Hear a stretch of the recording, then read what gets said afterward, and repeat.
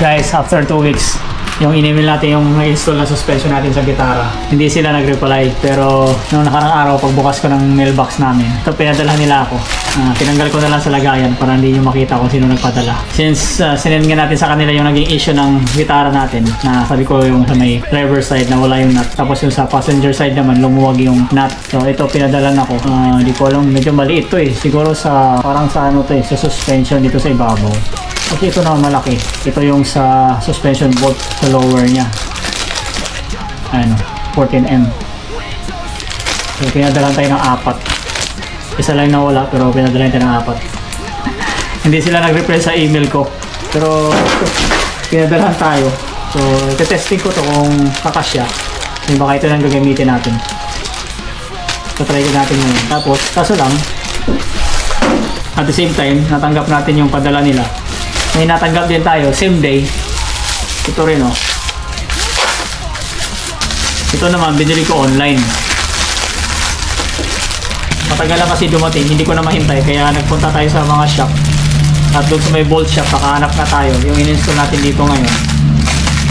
Ito naman yung sa online. Na after 1 week din bago dumating. M14 din na nuts and bolts. Ito rin yung kailangan natin. Kasing haba lang sila. So from stock na hanggang dito, so sobra rin to ng mga 1 inch. Tapos ang maganda dito, 10.9 yung hardness nya. So yung kinabit natin dito nasa 8 something lang. So mas matigas to. Actually para sa ano to eh, Dodge Ram. So, yun ang nakalagay na description doon. At saka ito, yung ulo nya.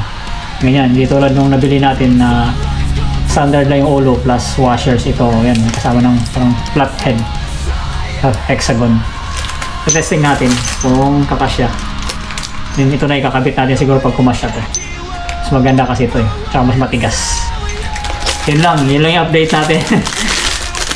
Ang kulit nung shop na nagkabit ang suspension natin eh, no? Hindi sila nag-reply. Kala ko in-ignore na nila ako eh, kaya naghanap tayo online, tapos naghanap na rin tayo sa mga local shops. Pero hindi ko akalain na papadala nila tayo. Kaya meron tayo nito. Kabit natin to. Testing ko tong pang Dodge. Mas matigas to. At kung gusto mo pa ng Buhay Australia content, follow for more.